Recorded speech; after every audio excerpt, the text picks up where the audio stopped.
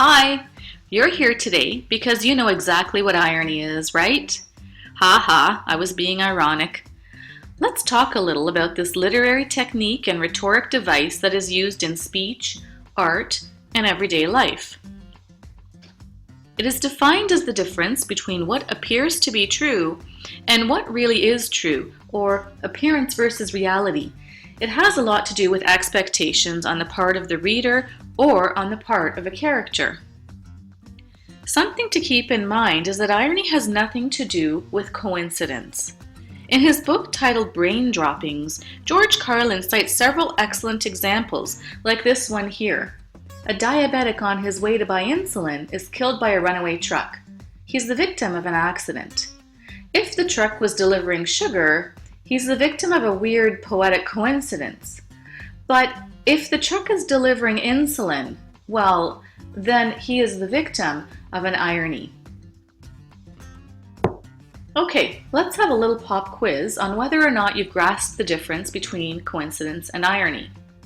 There are 3 problems. Figure out which one's coincidence and which ones are irony.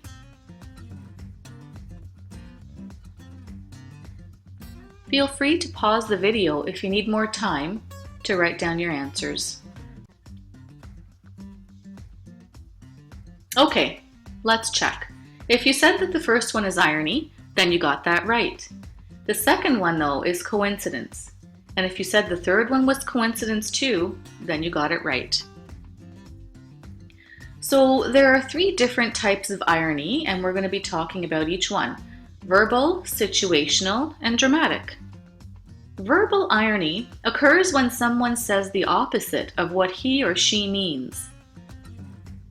Like this boy on his phone who's talking about the movie that he enjoyed so much. Indicated through tone of voice, facial expressions, body language, or actions, verbal irony, in its most bitter and destructive form, becomes sarcasm. Situational irony is when the situation differs from what common sense expects it to be, like the fire hall full of firemen that burns to the ground. It is used by writers to express hypocrisy or injustice.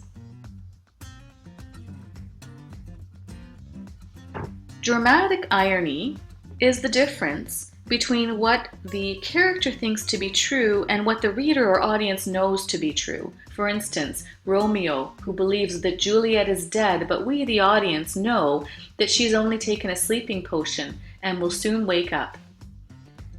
This demands a foreknowledge of upcoming events, so pay attention to that foreshadowing as you read.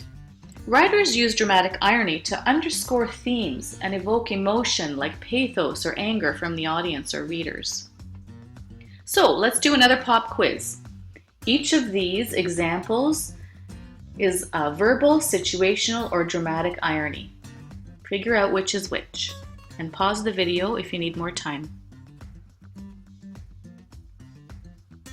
Okay, check your answers. If you said the first one was situational irony, then you correctly got the answer. The second one is dramatic irony, and the third one is verbal irony.